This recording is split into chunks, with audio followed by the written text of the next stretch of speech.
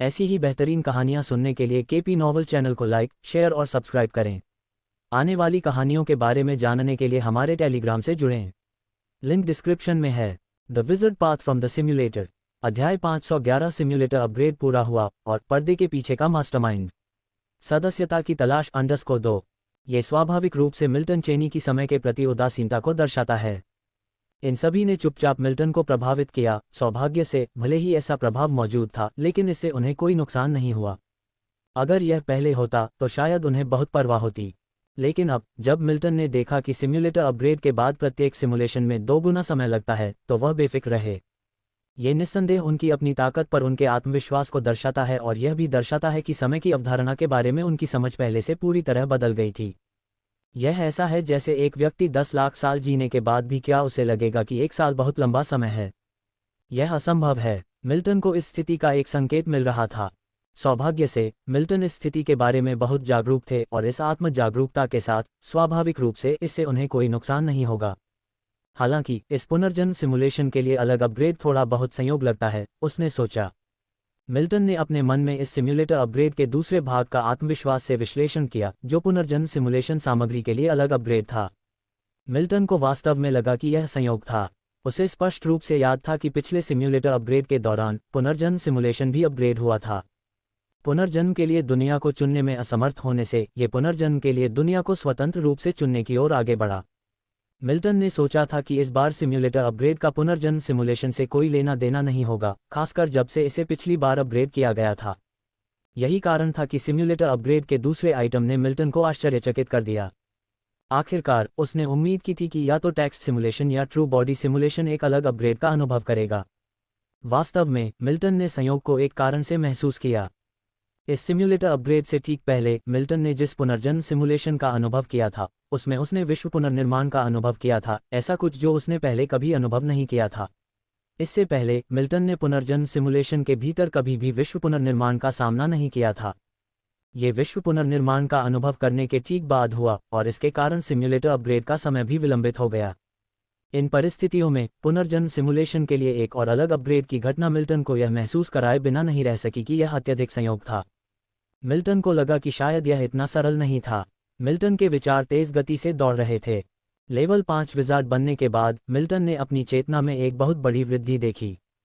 इससे निश्चित रूप से उसकी चिंतन करने और तर्क करने की क्षमता बहुत मजबूत हुई। न केवल उसकी चिंतनशील क्षमताएं, बल्कि जिस गति से मिल्टन की तार्किक सोच संचालित होती थी, वह भी बहुत बढ़ गई थी।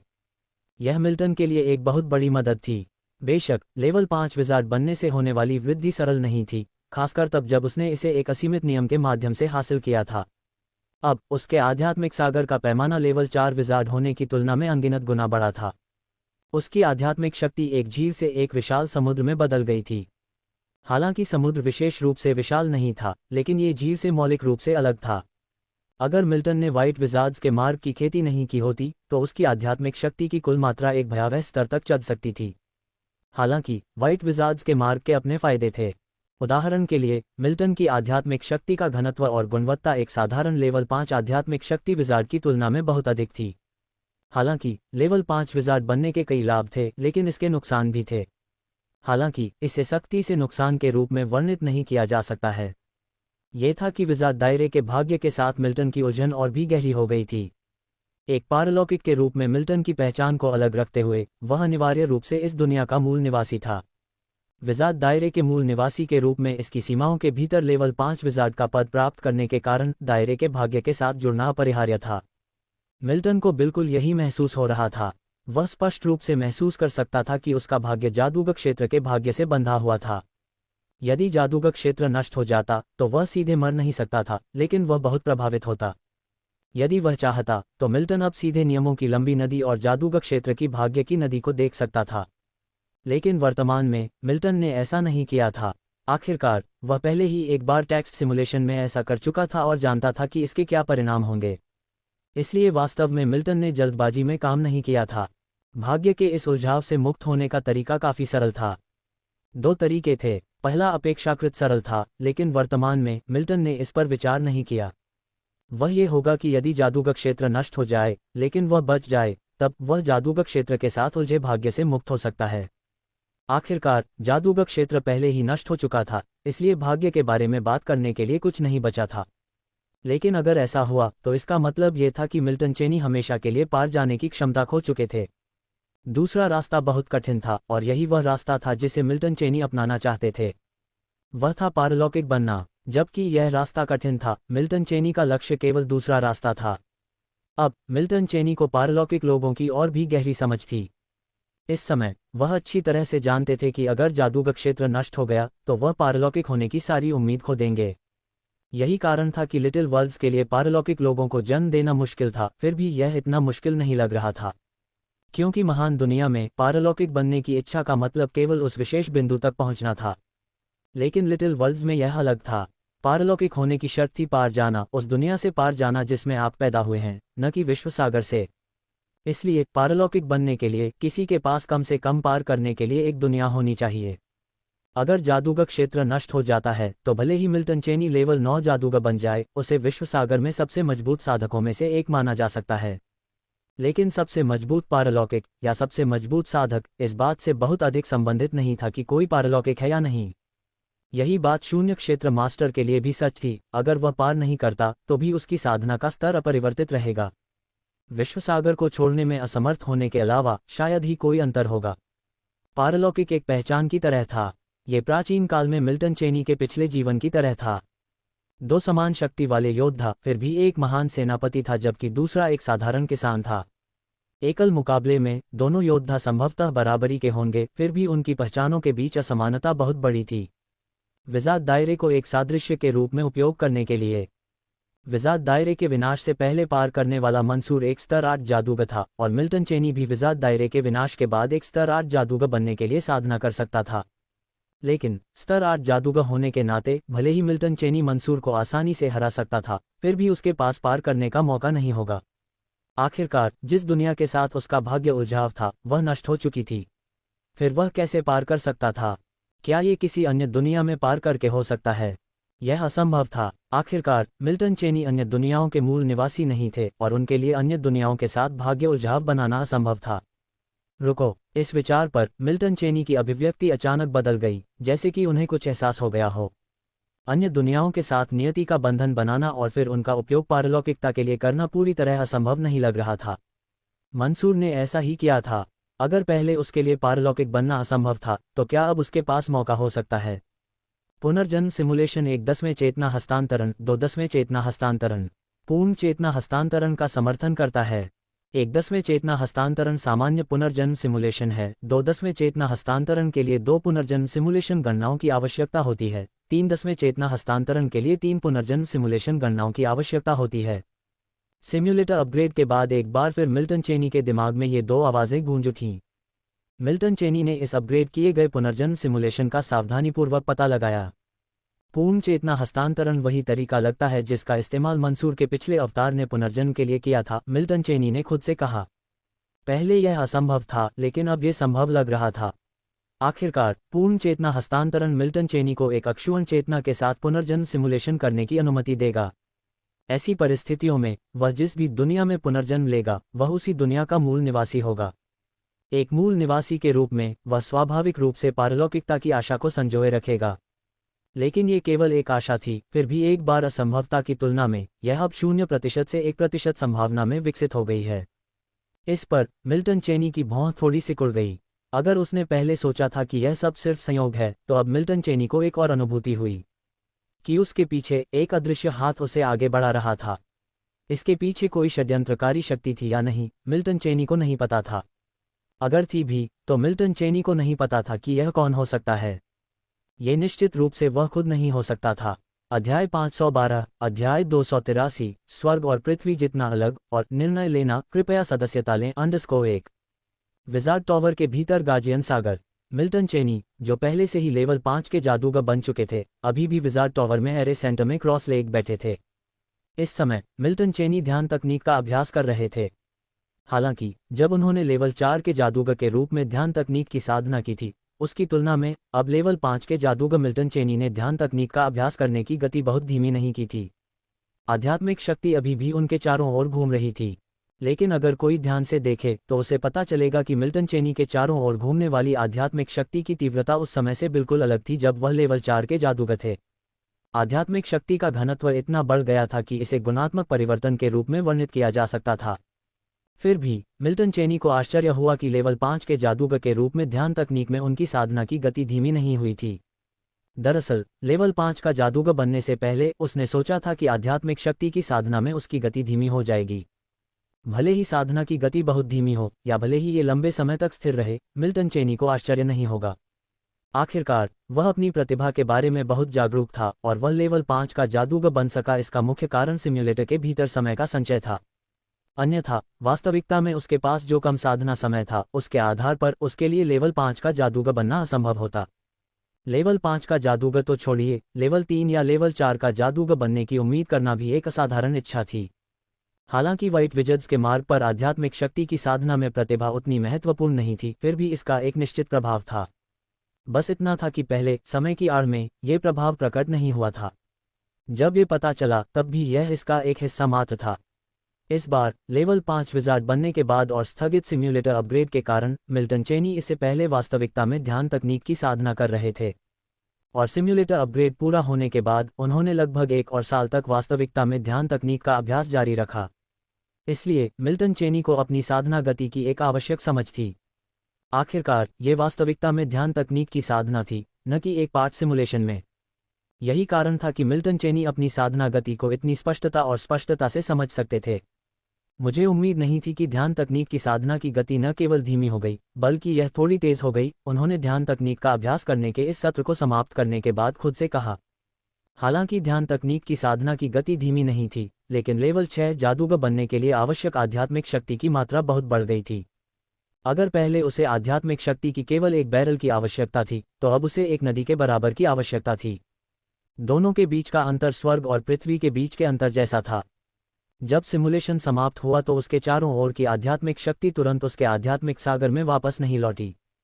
इसके बजाय यह उसके चारों ओर घूमता रहा। हालांकि यह ठोस से अलौकिक में बदल गया, लेकिन फिर भी यह आध्यात्मिक शक्ति अभी भी वास्तविकता में मौजूद थी।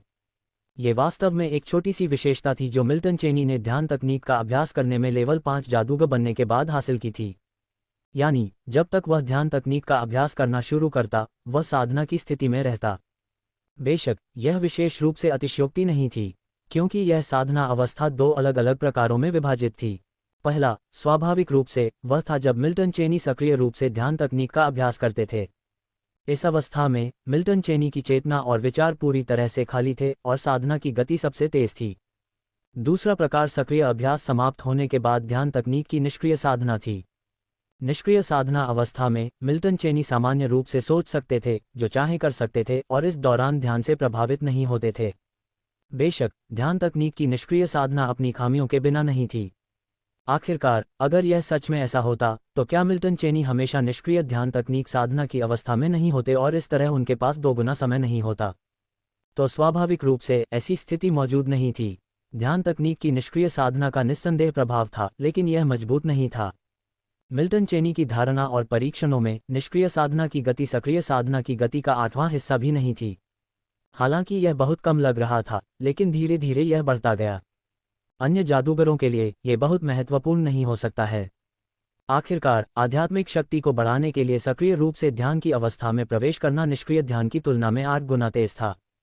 ये देखते हुए अगर किसी के पास समय हो तो सक्रिय रूप से ध्यान का अभ्यास क्यों न किया जाए। खासकर लेवल 5 जादूगर के दायरे में पहुंचने के बाद उनके पास जो सबसे कम कमी थी वह थी समय। हालांकि मिल्टन चेनी ने अभी अभी लेवल 5 जादूगर के दायरे में प्रवेश किया था, लेकिन उनका जीवनकाल कम से कम 50 मिलियन वर्ष था, और वह न्यूनतम था क्योंकि लेवल 5 के जादूगर का जीवनकाल लगभग 50 मिलियन वर्ष से शुरू होता है।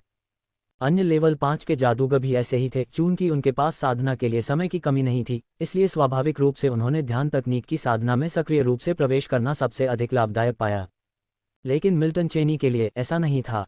धीरे धीरे ये जमा होता गया। मिल्टन चेनी के पास सिम्युलेटर था और उनके लिए हर बार ध्यान तकनीक की साधना की स्थिति में रहना असंभव था। इसलिए मिल्टन चेनी के लिए ध्यान तकनीक की निष्क्रिय साधना बहुत महत्वपूर्ण थी। आखिरकार अगर वह 1 मिलियन साल का समय बचा सकता था तो निस्संदेह उसके पास ध्यान तकनीक की साधना के लिए एक अतिरिक्त 120,000 साल का समय था। ये सोचकर मिल्टन चेनी मदद नहीं कर सके और सिर हिला दिया। जादूगर क्षेत्र में लेवल 5 के जादूगर बनने से वास्तव में मिल्टन चेनी के दिल में तात्कालिकता की थोड़ी सी भावना कुछ हद तक कम हो गई। अध्याय 513, अध्याय 283, स्वर्ग और पृथ्वी जितना अलग और निर्णय लेना, कृपया सदस्यता लें _2। आखिरकार एक लेवल 5 विजार्ड लेवल 4 विजार्ड से कहीं ज्यादा शक्तिशाली होता है। पूरे गाजियन सागर में, जिसमें मिल्टन चेनी भी शामिल है, वर्तमान में केवल 4 लेवल 5 विजार्ड हैं। आपको ये जानना चाहिए कि गाजियन सागर पहले से ही विजार्ड दायरे में सबसे शक्तिशाली दायरे स्तरीय विजार्ड संगठन बन चुका है, कोई भी नहीं। गार्डियन सागर में मिल्टन चेनी से ज्यादा शक्तिशाली विजार्ड की संख्या उंगलियों पर गिने जाने वाली संख्या से ज्यादा नहीं है। जहां तक गाजियन सागर की छिपी हुई ताकत की बात है, मिल्टन चेनी, जो अनगिनत सिमुलेशन से गुजरे हैं, वे इस बात से अच्छी तरह वाकिफ हैं। भले ही गाजियन सागर सार्वजनिक रूप से 4 लेवल 6 विजार्ड सी लॉर्ड होने का दावा करता है, मिल्टन चेनी अच्छी तरह जानते हैं कि वहां 4 नहीं हैं।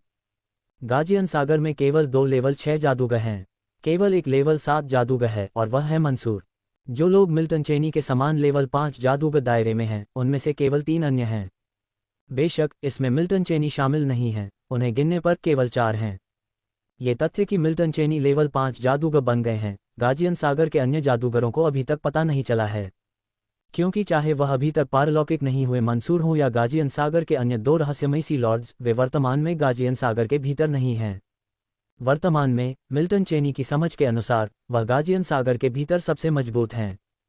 हाँ, न केवल मंसूर और 2 सी लॉर्ड्स गाजियन सागर में नहीं हैं, बल्कि अन्य 3 लेवल 5 जादूगर भी गाजियन सागर से अनुपस्थित हैं।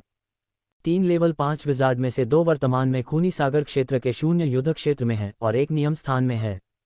वे बहुत दूर हैं, इसलिए मिल्टन चेनी के लेवल 5 विजार्ड बनने की सफलता के बारे में अभी तक किसी भी विजार्ड को पता नहीं चला है।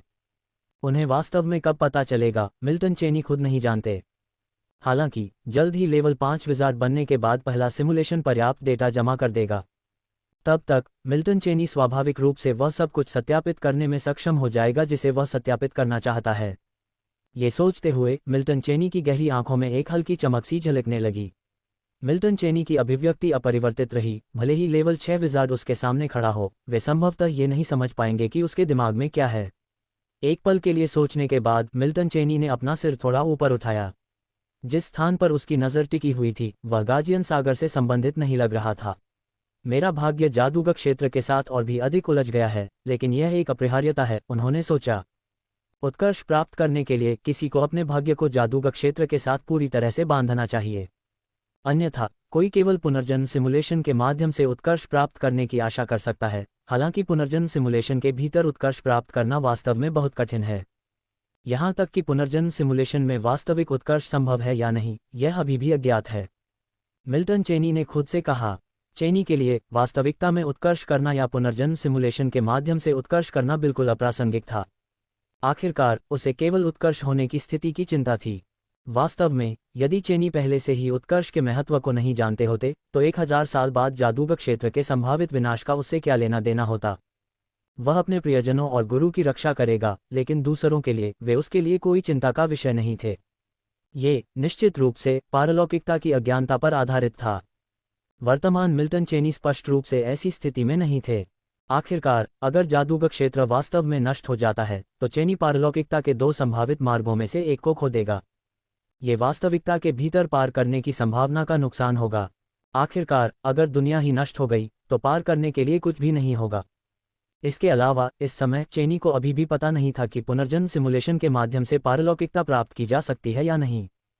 सिम्युलेटर को अभी अभी अपडेट किया गया था और चेनी ने इसके पूरा होने के बाद से अभी तक किसी भी पुनर्जन्म सिमुलेशन में भाग नहीं लिया था। नए संस्करण के साथ कोई सिमुलेशन नहीं करने का मतलब था कि उन्होंने अपने सिद्धांतों का परीक्षण नहीं किया था, जिसका ये भी मतलब था कि चेनी के सभी विचार केवल संभावनाएं थे, निश्चितताएं नहीं। इस मुद्दे का सार ये था कि चेनी जिस लागत को सत्यापित करना चाहते थे, वह काफी अधिक थी। एक पूर्ण सचेत पुनर्जन्म के लिए एक बार में 10 पुनर्जन्म सिमुलेशन अवसरों का उपयोग करना आवश्यक था। ऐसे 10 पुनर्जन्म सिमुलेशन अवसरों को अपडेट किए गए सिम्युलेटर में जमा होने में 40 साल लगेंगे। ये कुल मिलाकर लगभग उसी अवधि के बराबर था जब चेनी के पास सिम्युलेटर था। यही समस्या थी, क्या यह इसके लायक था? एक पुनर्जन्म सिमुलेशन के लिए 40 साल, क्या ये वास्तव में इसके लायक था? यह एक सवाल है, बहुत गंभीर सवाल। कम से कम इस समय तो मिल्टन चेनी के पास इस सवाल का कोई जवाब नहीं था। आखिरकार उन्होंने जो सिमुलेशन अनुभव किए थे वे अभी भी बहुत कम थे। अपनी ध्यान तकनीक का निष्क्रिय रूप से अभ्यास करते समय मिल्टन के दिमाग में नए विचार तेजी से आए। एक पल बाद मिल्टन ने अपना फैसला किया। कोई जल्दबाजी नहीं थी। कम से कम 100 साल की उम्र से पहले वह एक आदर्श पुनर्जन्म सिमुलेशन जमा करने के बारे में नहीं सोचेंगे। समय अभी भी उनके पक्ष में था और मिल्टन को जो करने की जरूरत थी वह था अपने लाभों को अधिकतम करना। वह भी अभी लेवल 5 विजार्ड बने थे। नियमों, भाग्य और यहाँ तक कि पारलौकिकता के बारे में उनकी समझ बिल्कुल सही थी। मिल्टन को अपने द्वारा अनुभव किए गए सिमुलेशन की भीड़ पर कोई गर्व महसूस नहीं हुआ। यह असंभव था, क्योंकि वह अच्छी तरह से जानते थे कि एक निश्चित क्षेत्र तक पहुंचे बिना व्यक्ति हमेशा कुएं के तल पर मेढक की तरह रहेगा। कुछ चीजें तभी स्पष्ट रूप से देखी जा सकती हैं जब व्यक्ति आवश्यक क्षेत्र तक पहुंच जाता है। अभी वह केवल लेवल 5 का जादूगर था या उसे केवल लेवल 4 का जादूगर माना जा सकता था। आखिरकार वह भी अभी लेवल 5 का जादूगर बना था और उसने अभी तक अपने आध्यात्मिक सागर में लेवल 5 की अंगूठी का जादू नहीं डाला था। हालांकि वह कई ऐसी बातें समझता था जो उसे इस स्तर पर नहीं जाननी चाहिए थी, लेकिन मिल्टन को संदेह था कि ये सिर्फ हिमशैल की नोक हो सकती हैं। ये किसी चीज का नाम सुनकर सामान्य विचार का अनुमान लगाने जैसा है, लेकिन एक बार जब आप उसमें गहराई से उतरते हैं तो आपको विवरण बहुत ज्यादा भारी लगते हैं। मिल्टन को इस समय ऐसी ही भावना का अनुभव हो रहा था। जब वह लेवल 4 का जादूगर था तो मिल्टन को ऐसा महसूस नहीं हुआ था, लेकिन लेवल 5 का जादूगर बनने और फिर से अपने भाग्य को जादूगर क्षेत्र के साथ जोड़ने के बाद मिल्टन ऐसा महसूस करने से खुद को रोक नहीं पाया। ये निश्चित रूप से एक निराधार अनुमान नहीं था। मिल्टन इस बारे में बेहद आश्वस्त था। यही कारण है कि कुछ समय तक विचार करने के बाद उसने फिर भी यह विकल्प चुनने का फैसला किया। भले ही उसने अब एक आदर्श पुनर्जन्म अनुकरण को इकट्ठा करने के लिए वास्तव में 40 साल बिताए हों, भले ही आदर्श पुनर्जन्म अनुकरण को पारलौकिक बनने का मौका मिला हो, उसकी उम्मीदें अभी भी कम होंगी। मिल्टन को नहीं पता था कि मंसूर के पिछले जीवन ने कितने लंबे समय की योजना बनाई थी, लेकिन वह जानता था कि यह निश्चित रूप से कम समय नहीं था। इसलिए स्वाभाविक रूप से मिल्टन जल्दबाजी में नहीं था। आखिरकार लगभग 2000 साल बाकी थे। वह समय उसके सुधार के लिए पर्याप्त से अधिक था। धैर्य एक ऐसी चीज थी जो मिल्टन के पास हमेशा प्रचुर मात्रा में थी, खासकर बड़े फैसलों के लिए जहां उसका धैर्य असाधारण रूप से गहरा था। जिस स्थिति का उसने सामना किया वह एक इमारत के निर्माण की तरह थी। मिल्टन ने पहले ही नींव रख दी थी और पहली 5 मंजिलें पूरी कर ली थीं। उसे 6ठी से 8वीं मंजिल छोड़कर सीधे शीर्ष स्तर का निर्माण करने के लिए कहना स्पष्ट रूप से असंभव था। भले ही मिल्टन 6ठी, 7वीं और 8वीं मंजिल को पूरा न करे और शीर्ष स्तर के निर्माण पर जोर दे, उसे यह सुनिश्चित करना होगा कि उन मंजिलों के फ्रेम ठीक से बनाए गए हों और बेहद मजबूत हों। उस स्थिति में एक पतली संभावना हो सकती है। विजार्ड दायरे के संदर्भ में अनुवादित, इसका मतलब था कि भले ही मिल्टन लेवल 6 या लेवल 7 विजार्ड न बने, उसे उन स्तरों में शामिल हर चीज को पूरी तरह से समझने की जरूरत थी। फिर भले ही वह उस दायरे में न पहुंचे, फिर भी पुनर्जन्म सिमुलेशन के माध्यम से सीधे रूपांतरित होना संभव हो सकता है। इन विचारों के साथ मिल्टन ने आगे और नहीं सोचा, क्योंकि वह पहले ही अपने निर्णय पर पहुंच चुका था। अब उसे जो करने की जरूरत थी वह अपने लेवल 5 विजार्ड दायरे को मजबूत करना था। रूल स्पेस का निर्माण कुछ ऐसा था जिसे उसे शेड्यूल करने की भी जरूरत थी, लेकिन रूल स्पेस का निर्माण सीधे शुरू करना निस्संदेह अवास्तविक था। मिल्टन ने पहले इसे टेक्स्ट सिमुलेशन में आजमाया। समय बीतता गया और कई महीने बीत गए। इन महीनों के दौरान मिल्टन ने ध्यान तकनीक का सक्रिय रूप से अभ्यास नहीं किया, इसके बजाय वह किसी चीज का इंतजार कर रहा था। आखिरकार सिम्युलेटर के आखिरी अपडेट के बाद 1 साल बीत चुका था। मिल्टन का दिमाग हिल गया। अगले ही पल लाइट स्क्रीन पर बाकी सभी टेक्स्ट गायब हो गए और स्क्रीन पर नया काला टेक्स्ट उभरने लगा। मिल्टन चेनी के अवचेतन से प्रभावित इस टेक्स्ट सिमुलेशन की सामग्री ने उन्हें आश्चर्यचकित नहीं किया। मिल्टन चेनी की निगाहें साफ झील की तरह शांत और निर्मल थीं। समय धीरे धीरे बीतता गया और जिस गति से प्रकाश स्क्रीन पर पाठ उभरता था वह न तो बढ़ता था और न ही घटता था। यह अतीत के पाठ सिमुलेशन से अलग नहीं था। सिमुलेशन समाप्त होता है, कृपया अपना पुरस्कार चुनें। स्थिति बनाए रखें या जादू को सुरक्षित रखें। आप 3 यादें बनाए रख सकते हैं। एक पल बाद पाठ सिमुलेशन समाप्त हो गया। मिल्टन चेनी की निगाहें प्रकाश स्क्रीन पर काले पाठ की अंतिम पंक्ति से हट गईं। मिल्टन चेनी ने अपनी निगाहें बदलने के बाद हल्के नीले रंग की स्क्रीन पर काला पाठ धीरे धीरे गायब होने लगा। जादू को सुरक्षित रखें। बहुत अधिक चिंतन किए बिना मिल्टन चेनी ने जादू को सुरक्षित रखने का विकल्प चुना। इस बार पाठ सिमुलेशन के दौरान मिल्टन चेनी ने अधिकांश समय प्रयोग करने में बिताया। वह समझ रहा था कि लेवल 5 विजार्ड बनने के बाद दुनिया उसे अलग दिखाई देगी या नहीं। इसलिए इस सिमुलेशन के दौरान मिल्टन चेनी ने ध्यान तकनीक का अभ्यास करने पर ध्यान केंद्रित नहीं किया। चूंकि मिल्टन चेनी ने टेक्स्ट सिमुलेशन में साधना पर ध्यान केंद्रित नहीं किया था, इसलिए उनके क्षेत्र में कोई भी उन्नति न्यूनतम थी। यदि उन्होंने राज्य बनाए रखना चुना होता तो मिल्टन चेनी में सुधार विशेष रूप से महत्वपूर्ण नहीं होता। इसके अलावा उन्हें लेवल 5 विजार्ड में प्रवेश किए हुए ज्यादा समय नहीं हुआ था। इस समय वे अपनी शक्ति बढ़ाने के लिए विशेष रूप से उत्सुक नहीं थे। यद्यपि सिम्युलेटर अपग्रेड के बाद भी टेक्स्ट सिमुलेशन जमा करने में 1 वर्ष लग गया, क्योंकि मिल्टन चेनी अच्छी तरह से जानते थे कि लेवल 5 विजार्ड के चरण में किसी की आध्यात्मिक शक्ति को थोड़ा भी बढ़ाना आसान नहीं था।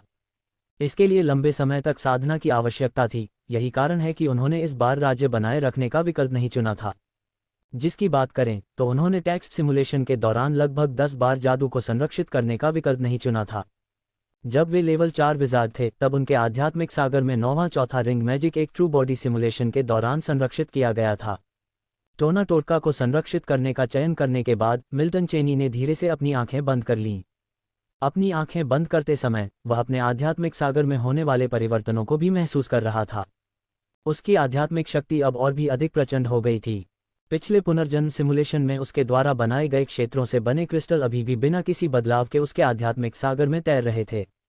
जैसे ही मिल्टन चेनी की चेतना ने उसके आध्यात्मिक सागर को छुआ, उसके भीतर एक 5वां वलय जादू निर्माण बन गया।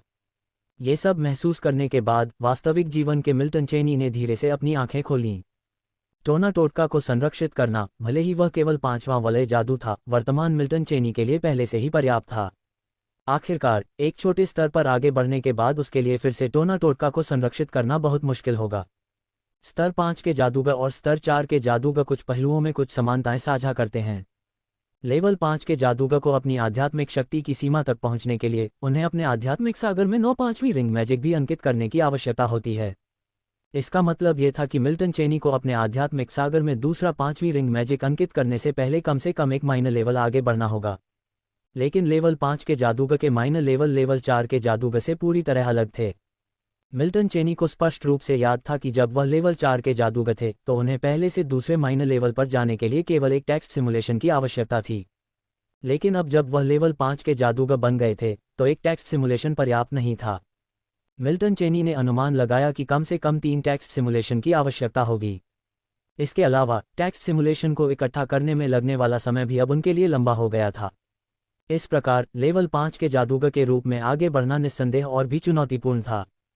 सौभाग्य से वर्तमान विजार्ड दायरे में लेवल 5 विजार्ड होना पूरी तरह से पर्याप्त था। आखिरकार यह 1000 साल बाद नहीं था। वर्तमान मिल्टन चेनी में अभी भी तत्परता की कमी थी। हालांकि सिम्युलेटर के लिए संचय समय लंबा हो गया था, लेकिन उसकी सफलता के बाद उसका जीवनकाल भी लंबा हो गया था। बढ़ी हुई जीवन अवधि निस्संदेह वर्तमान मिल्टन चेनी के लिए एक वापसी थी। अध्याय 515, अध्याय 284, टेक्स्ट सिमुलेशन पर एक नया प्रयास और नियम स्थान का निर्माण। कृपया सदस्यता लें _2। इसका मतलब यह था कि भले ही वह वास्तव में हजारों साल बाद विजार्ड दायरे के विनाश को रोक न सके, वह विजार्ड दायरे को छोड़ सकता था और दूसरा रास्ता खोज सकता था। डेड एंड दृढ़ता कोई विकल्प नहीं था। भले ही सिम्युलेटर को अपग्रेड न किया गया हो, मिल्टन चेनी डेड एंड दृढ़ता का सहारा नहीं लेंगे। इसके अलावा इस सिम्युलेटर अपग्रेड के बाद मिल्टन ने अन्य रास्ते देखे और हठपूर्वक बने रहने का और भी कम कारण था।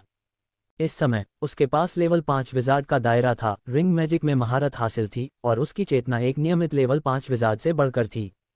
हालांकि वह लंबे समय तक लेवल 5 विजार्ड नहीं रहा था, लेकिन उन लोगों की तुलना में जो अभी अभी लेवल 5 विजार्ड की स्थिति में पहुंचे थे, मिल्टन निस्संदेह बहुत मजबूत था। एक पल के लिए विचार करने के बाद मिल्टन ने अस्थायी रूप से अपने मन में मौजूद विकर्षणों को दूर कर दिया। जब मैं 69, 80 और 522 साल का था तब की यादों को संजोए रखो। अगले ही पल मिल्टन के विचार थोड़े बदल गए और उसके मन में अपरिचित यादों की 3 धाराएं उभर आईं। ये अपरिचित यादें उभरती ही मिल्टन की चेतना की नदी में विलीन हो गईं। लेवल 5 का जादूगर बनने के बाद मिल्टन को इन यादों को पचाने में अधिक सहजता महसूस हुई। अतीत में वह अपरिचित यादों की 3 धाराओं को इतनी सहजता से पचा नहीं पाता था। यादों को पचाने के बाद मिल्टन की गहरी आंखों से रोशनी की कुछ झलकियां छलक उठीं। वास्तव में लेवल 5 का जादूगर बनने के बाद भी मैं जादूगर क्षेत्र में कोई महत्वपूर्ण हलचल पैदा नहीं कर सका। मिल्टन ने मन ही मन सोचा। जैसा कि उसने उम्मीद की थी, लेवल 5 का जादूगर बनने के बाद उसके प्रति मंसूर का रवैया काफी हद तक अपरिवर्तित रहा, या शायद ये केवल सतही रूप से अपरिवर्तित था। आखिरकार मिल्टन ने जो देखा वह केवल उसके अपने दृष्टिकोण से था। चूक होना सामान्य बात थी। ये स्थिति वास्तव में कुछ हद तक असामान्य थी। आखिरकार मंसूर संरक्षक भगवान था। इस तरह की विलक्षण प्रतिभा वाला एक जादूगर संरक्षक समुद्र से उभरा, और फिर भी संरक्षक भगवान ने कोई प्रतिक्रिया नहीं दिखाई। जादूगर क्षेत्र में स्तर 5 का जादूगर आम नहीं था। मिल्टन ने अनुमान लगाया कि पूरे जादूगर क्षेत्र में 300 से कम स्तर 5 के जादूगर हो सकते हैं। यहाँ तक कि मिल्टन का अनुमान भी उच्च रहा होगा। यह उच्च संभावना दर्शाती है कि शुरू से ही मंसूर के विचार पूरी तरह से अपनी योजनाओं पर केंद्रित थे। मिल्टन की बाहरी रूप से प्रदर्शित प्रतिभा, चाहे कितनी भी उच्च क्यों न हो, उसके लिए अप्रासंगिक थी। हालांकि मिल्टन के पैतृक गुरु वास्तव में चकित और लगभग अविश्वसनीय थे जब उन्होंने स्तर 5 के जादूगर के क्षेत्र का खुलासा किया। आखिरकार मिल्टन की खेती की गति अभूतपूर्व कही जा सकती है, और शायद भविष्य में कोई भी इसकी बराबरी नहीं कर पाएगा। लाखों वर्षों में जादूगर खेती के लिए प्रतिभा के मामले में मिल्टन को पहले स्थान पर रखा जा सकता है। वह जादूगर दायरे के इतिहास में बिना किसी अपवाद के सबसे तेज स्तर 5 जादूगर बनने वाला व्यक्ति था। इसलिए गार्जियन सी के मंसूर की कोई प्रतिक्रिया न दिखाने के अलावा मिल्टन ने टेक्स्ट सिमुलेशन में गार्जियन सी के अन्य उन्नत स्तर के जादूगरों से मुलाकात की थी। उन सभी ने सदमे के लक्षण दिखाए। गार्जियन सी के बाहर जादूगर दायरे में इस बात ने हलचल क्यों नहीं मचाई? इसका कारण स्वाभाविक रूप से ये था कि मिल्टन ने अपने दायरे का खुलासा नहीं किया था। टेक्स्ट सिमुलेशन में मिल्टन स्पष्ट रूप से लेवल 5 जादूगर के रूप में अन्य दायरे स्तरीय जादूगर संगठनों को चुनौती नहीं देगा। आखिरकार यह उसके लिए कोई महत्वपूर्ण अर्थ नहीं रखता था।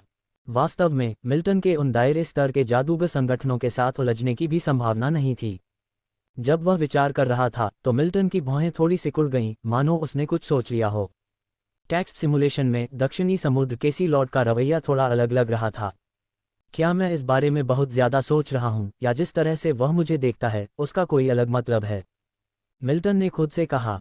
हालांकि कुछ देर सोचने के बाद मिल्टन किसी निष्कर्ष पर नहीं पहुंच पाया, इसलिए उसने अस्थायी रूप से इस विचार को दबा दिया। आखिरकार टेक्स्ट सिमुलेशन में वह केवल एक बार दक्षिणी समुद्र के सी लॉर्ड से मिला था। हालांकि उसने इस टेक्स्ट सिमुलेशन में पहले ही एक बार परीक्षण और त्रुटि की थी, फिर भी मिल्टन का वास्तविकता में लेवल 5 विजार्ड के दायरे को प्रकट करने का कोई इरादा नहीं था। अभी सही समय नहीं था। हालांकि इस टेक्स्ट सिमुलेशन के बाद मिल्टन चेनी के दिमाग में कुछ अलग विचार आए। अब तक वह लेवल 5 विजार्ड बन चुका था और आगे बढ़ना और भी मुश्किल हो गया था। इसके अलावा सिम्युलेटर अपग्रेड के बाद सिमुलेशन काउंट जमा करने में और भी अधिक समय लगा। यदि वह पहले की तरह एक ही पार्ट सिमुलेशन में 1000 साल तक जीवित रहता तो मिल्टन चेनी को लेवल 5 विजार्ड से ऊपर के दायरे तक पहुंचने में युगों लग जाते। इसलिए इस पार्ट सिमुलेशन का अनुभव करने के बाद मिल्टन चेनी ने पार्ट सिमुलेशन की विधि को बदलने का फैसला किया। ध्यान तकनीकों का अभ्यास करने की उनकी गति अब धीमी नहीं थी, क्योंकि वह गार्जियन सागर में विजार्ड टॉवर में ध्यान की साधना कर रहे थे। यदि वह यहाँ साधना नहीं करते तो सुधार अनिवार्य रूप से बहुत धीमा होता। इसके अलावा जब तक कोई विजार्ड दायरे में साधना करता है तब तक वह उस युद्ध में शामिल होने के लिए बाध्य होता है जो 1000 वर्षों में सब कुछ नष्ट कर देगा। इसलिए लंबे समय तक जीने के लिए मिल्टन चेनी को पार्ट सिमुलेशन के दौरान विजार्ड दायरे को छोड़ना पड़ा। सौभाग्य से अब तक वह लेवल 5 विजार्ड बन चुका था और किसी भी समय विजार्ड टॉवर को अपने साथ ले जा सकता था। एक एकल पार्ट सिमुलेशन को कम से कम दसियों हजार साल तक चलना था, जो मिल्टन चेनी की आधार रेखा थी। अन्यथा प्रगति बहुत धीमी थी। जादूगर क्षेत्र को छोड़कर अन्य दुनिया में जाने के बाद फिर साधना का एक आदर्श मार्ग खोजना यह इतना आसान नहीं हो सकता है, मिल्टन चेनी ने खुद से कहा। हालांकि यह एक प्यारा विचार था, वास्तविकता निश्चित रूप से मिल्टन चेनी की कल्पना के अनुरूप नहीं होगी। किसी और बात का उल्लेख नहीं करना, बस मिल्टन चेनी और जादूगर क्षेत्र के बीच भाग्य की उलझन को इतनी आसानी से नहीं निपटाया जा सकता था। भले ही वह जादूगर क्षेत्र को जबरदस्ती छोड़ देता, लेकिन उसे अपरिहार्य रूप से एक महत्वपूर्ण कीमत चुकानी पड़ती। इसके अलावा अन्य दुनिया में जाने के बाद क्या वह नई दुनिया में ध्यान तकनीकों को अपना सकता है और उनका अभ्यास कर सकता है, ये भी एक अज्ञात कारक था। आखिरकार लेवल 4 जादूगर के रूप में पार्ट सिमुलेशन के दौरान मिल्टन ने पहले ही पार्ट सिमुलेशन की इस पद्धति को आजमाया था। हालांकि वह कई हजार साल अधिक जीवित रहा, लेकिन लाभ जादूगर क्षेत्र के भीतर कठिन साधना जितना नहीं था। लेवल 4 के जादूगर के रूप में उन्हें इन चीजों की परवाह नहीं थी, लेकिन लेवल 5 के जादूगर बनने के बाद मिल्टन चेनी को इन पर ध्यान देना पड़ा। अब उन्हें टेक्स्ट सिमुलेशन में एक अलग रास्ता अपनाना था। जादूगर दायरे में कड़ी मेहनत से साधना करना अब उनके वर्तमान स्व के लिए उपयुक्त नहीं था। हालांकि अगले कुछ सिमुलेशन में मिल्टन चेनी अभी इस नए रास्ते को आजमाने की योजना नहीं बना रहे थे। हालांकि उनके पास समय की कमी थी, लेकिन उनके पास कुछ सालों का समय था। मिल्टन चेनी अगले 10 सालों के भीतर आधिकारिक तौर पर टेक्स्ट सिमुलेशन की इस नई विधि का प्रयास करना शुरू कर देंगे। इस तरह के निर्णय का कारण ये था कि मिल्टन चेनी के पास एक और महत्वपूर्ण कार्य था। वह था रूल स्पेस का निर्माण करना। लेवल 5 के जादूगर बनने के बाद जादू के अलावा मिल्टन चेनी के पास एक महत्वपूर्ण विधि की कमी थी, जो रूल स्पेस का निर्माण था। रूल स्पेस का निर्माण करना आवश्यक था। मिल्टन चेनी के दिमाग में भी ये वर्तमान समय में आध्यात्मिक शक्ति में सुधार करने से ज्यादा महत्वपूर्ण था। चूंकि रूल स्पेस मिल्टन चेनी की नियमों की शक्ति का प्रतीक था, इसलिए यह एक ऐसी जगह भी थी जहां वह किसी भी दुनिया में रहने के लिए बुला सकते थे। इससे मिल्टन चेनी को बहुत सी परेशानियों से छुटकारा मिल जाता, चाहे वह टेक्स्ट सिमुलेशन में हो या वास्तविकता में। एक बार जब उन्होंने रूल स्पेस का निर्माण कर लिया, तो मिल्टन चेनी टेक्स्ट सिमुलेशन का उपयोग कर सकते थे, तकनीकें आजमा सकते थे या किसी भी विसंगति का पता लगाए बिना दायरे बनाए रख सकते थे।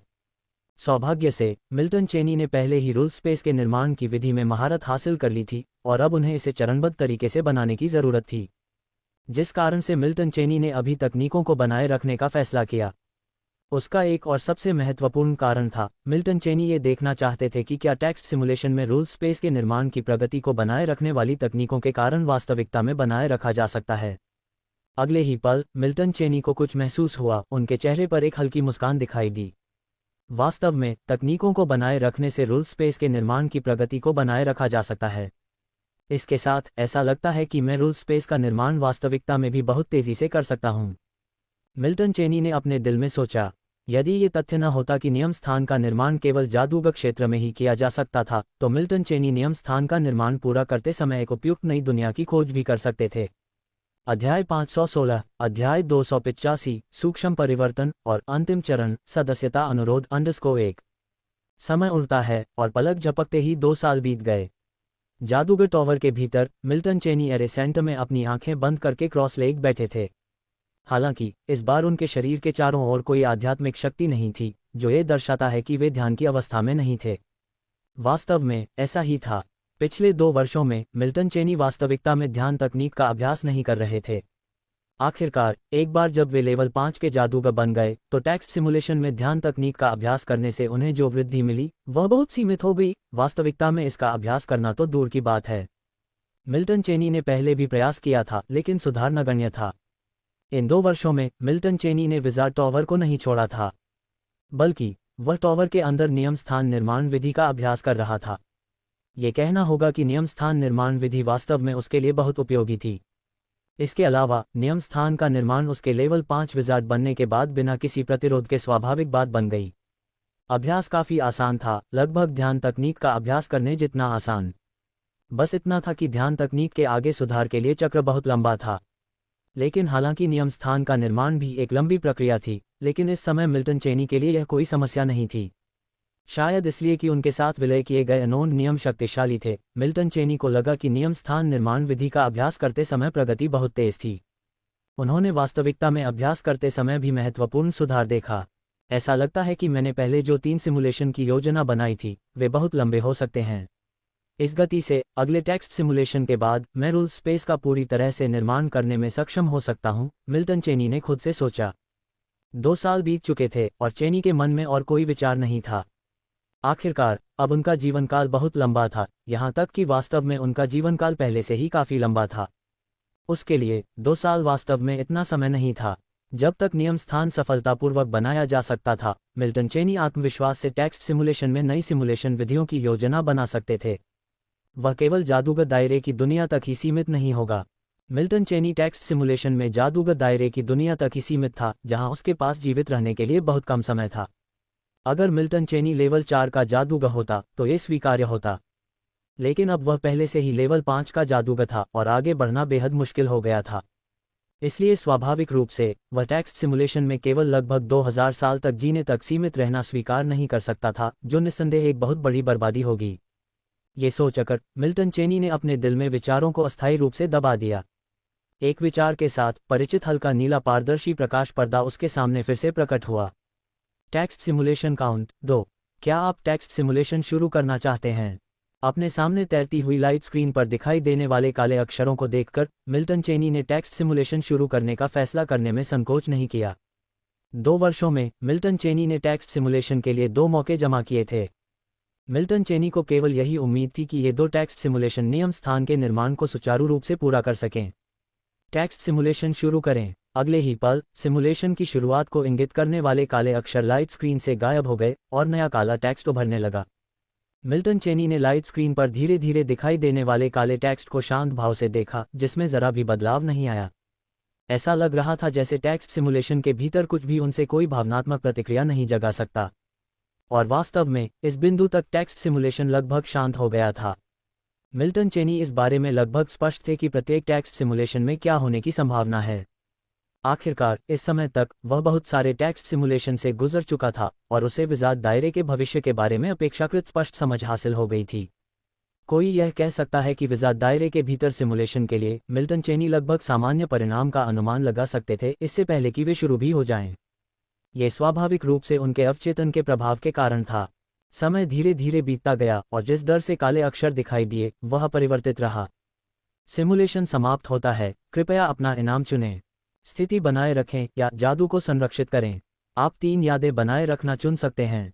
थोड़ी देर बाद मिल्टन चेनी की चौकस निगाह के नीचे आखिरकार टेक्स्ट समाप्त हो गया। टेक्स्ट सिमुलेशन के बारे में काले अक्षर की आखिरी पंक्ति को गायब होते देख मिल्टन चेनी की नज़र लाइट स्क्रीन से हट गई। जैसी कि उम्मीद थी, ये वैसा ही हुआ जैसा उसने अनुमान लगाया था। जब तक सिमुलेशन में उनके कार्यों पर उनके अवचेतन का प्रभाव अपरिवर्तित रहेगा, तब तक उनके दृष्टिकोण से विजार्ड दायरे का भविष्य लगभग अपरिवर्तित रहेगा। इन कुछ टेक्स्ट सिमुलेशन में मिल्टन चेनी ने जानबूझकर सिमुलेशन की दिशा को प्रभावित करने के लिए अपने अवचेतन का उपयोग करने का इरादा नहीं किया। आखिरकार वह पहले से ही लेवल 5 विजार्ड बन चुका था और अगर वह वास्तव में अपना मन लगाता तो वह अभी भी विजार्ड दायरे के भविष्य में कुछ बदलाव कर सकता था। हालांकि ऐसे बदलाव मिल्टन चेनी के लिए फायदेमंद होने की बजाय ज्यादा हानिकारक होंगे, इसलिए उन्होंने ऐसा नहीं किया। आखिरकार एक बार जब वह नियम स्थान का निर्माण पूरा कर लेता तो वह टेक्स्ट सिमुलेशन में एक अलग रास्ता अपनाता। अब ऐसा करना उसके लिए फायदेमंद नहीं होगा और टेक्स्ट सिमुलेशन के अवसरों की बर्बादी भी होगी।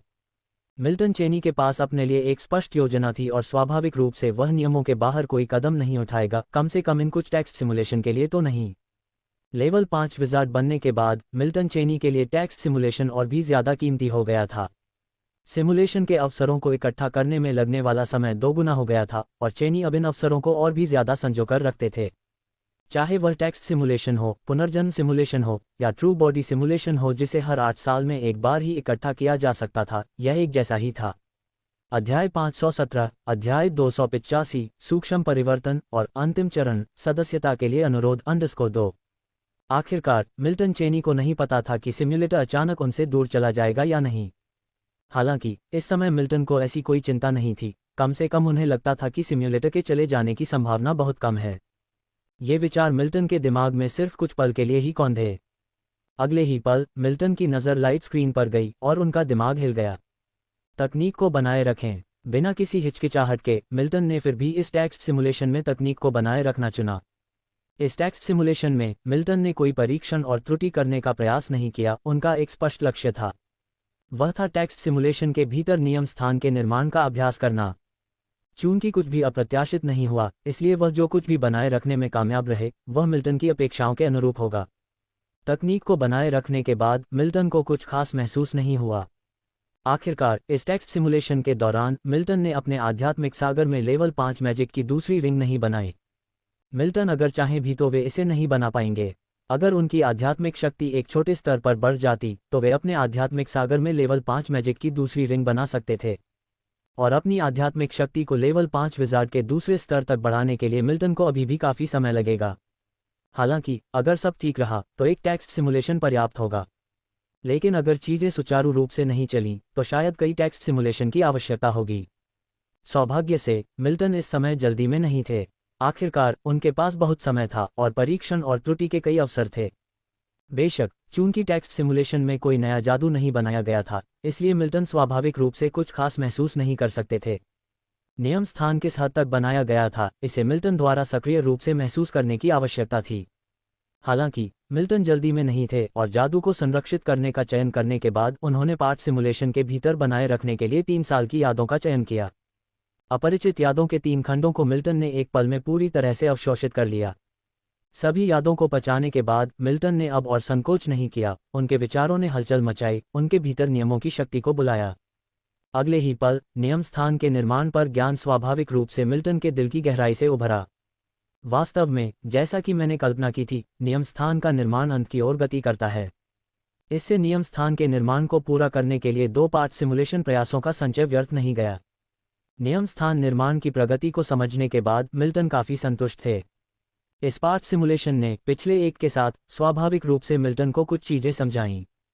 मिल्टन लगभग निश्चित थे जब तक कि वे अगले पार्ट सिमुलेशन में व्यवस्थित रूप से आगे बढ़ते। फिर नियम स्थान का निर्माण पूरा करना निश्चित रूप से कोई समस्या नहीं होगी।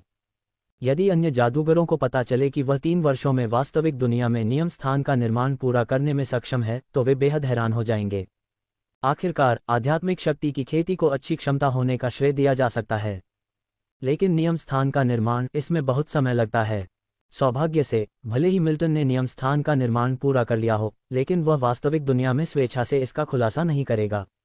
आखिरकार ये रहस्य थोड़ा बहुत महत्वपूर्ण है और यह वास्तव में स्तर 5 जादूगरों या यहाँ तक कि स्तर 6 जादूगरों की जांच को आकर्षित कर सकता है। इसके अलावा चूंकि उनके पास सुरक्षा जाल के रूप में टेक्स्ट सिमुलेशन भी था, इसलिए मिल्टन स्वाभाविक रूप से जोखिम के बारे में चिंतित थे। मिल्टन नियम स्थान का निर्माण पूरा करने के लिए इतने उत्सुक थे, इसका कारण मुख्य रूप से ये था कि वह नियम स्थान का निर्माण करने के बाद एक नया टेक्स्ट सिमुलेशन आजमाना चाहते थे। मिल्टन ने विचार करना जारी नहीं रखा। नियम स्थान निर्माण की प्रगति को समझने के बाद उसकी नज़र एक बार फिर उसके सामने तैरते हुए हल्के नीले प्रकाश के पर्दे पर चली गई। एक टेक्स्ट सिमुलेशन अप्रयुक्त था। इस टेक्स्ट सिमुलेशन का उपयोग करने के बाद मिल्टन अगले टेक्स्ट सिमुलेशन में एक नया प्रयास शुरू कर सकता था। टेक्स्ट सिमुलेशन गणना 1। टेक्स्ट सिमुलेशन आरंभ करें। बिना किसी हिचकिचाहट के मिल्टन ने अपना सहेजा हुआ दूसरा टेक्स्ट सिमुलेशन आरंभ किया। अगले ही पल काले अक्षरों की स्ट्रिंग एक बार फिर उभरी। मिल्टन की नज़र अपरिवर्तित रही। वह स्पष्ट था, यदि पिछला टेक्स्ट सिमुलेशन ऐसा था तो ये भी वैसा ही होगा। सिमुलेशन समाप्त होता है, कृपया अपना पुरस्कार चुनें। स्थिति बनाए रखें या जादू को संरक्षित करें। आप 3 यादों को बनाए रखना चुन सकते हैं। टेक्स्ट सिमुलेशन के बारे में अंतिम पार्ट के काले रंग में सामने आने के बाद टेक्स्ट सिमुलेशन का ये दौर भी एक बार फिर समाप्त हो गया। टेक्स्ट सिमुलेशन समाप्त होने के बाद लाइट स्क्रीन पर काला टेक्स्ट धीरे धीरे गायब होने लगा, जिससे केवल कुछ काले संकेत रह गए। सभी प्रक्रियाओं से परिचित होने के कारण मिल्टन चेनी की भावनाएं स्वाभाविक रूप से अपरिवर्तित रहीं। टेक्स्ट सिमुलेशन से अपनी नज़र हटाने के बाद मिल्टन चेनी की आंखों में चिंतन का एक संकेत दिखाई दिया, क्योंकि उन्होंने पाया कि अगर उनकी चेतना टेक्स्ट सिमुलेशन को प्रभावित नहीं करती, तो ऐसा लगता था कि इसके भीतर अभी भी कुछ छोटे मोटे बदलाव होंगे। उदाहरण के लिए इस टेक्स्ट सिमुलेशन को लें। मिल्टन चेनी ने पिछले टेक्स्ट सिमुलेशन की तरह अपने अवचेतन से सिमुलेशन को जानबूझकर प्रभावित नहीं किया, लेकिन इस बार वह टेक्स्ट सिमुलेशन में 3 साल अधिक जीवित रहे। मिल्टन चेनी को इस घटना के बारे में कुछ अटकलें थीं, क्योंकि उनके टेक्स्ट सिमुलेशन की हर शुरुआत अलग थी। आखिरकार भले ही वह एक ही हो, वह अगले में प्रवेश करने से पहले एक टेक्स्ट सिमुलेशन से गुजरा था। यानी उनके 2 टेक्स्ट सिमुलेशन के लिए एक ही शुरुआती रेखा से शुरू होना असंभव था। जब तक मिल्टन चेनी ने टेक्स्ट सिमुलेशन में कुछ नहीं किया और फिर वास्तविकता में दायरे को बनाए रखने का विकल्प नहीं चुना, ऐसे मामले में शायद दोनों टेक्स्ट सिमुलेशन बिल्कुल एक जैसे होंगे। लेकिन मिल्टन चेनी ऐसा नहीं करेंगे। छोटे मोटे अंतर ठीक थे और आखिरकार इससे उन्हें कोई नुकसान नहीं हुआ। इस पर ध्यान दिए बिना मिल्टन चेनी ने अपने दिमाग से इन बेकार विचारों को दूर करने के लिए अपना सिर हिलाया। अगले ही पल उनके विचार जाग उठे। जादू को संरक्षित करें। दूसरे टेक्स्ट सिमुलेशन के लिए मिल्टन चेनी ने फिर भी जादू को संरक्षित करना चुना। इसका कारण ये था कि इस टेक्स्ट सिमुलेशन में मिल्टन चेनी ने सफलतापूर्वक एक पूर्ण नियम स्थान का निर्माण किया था।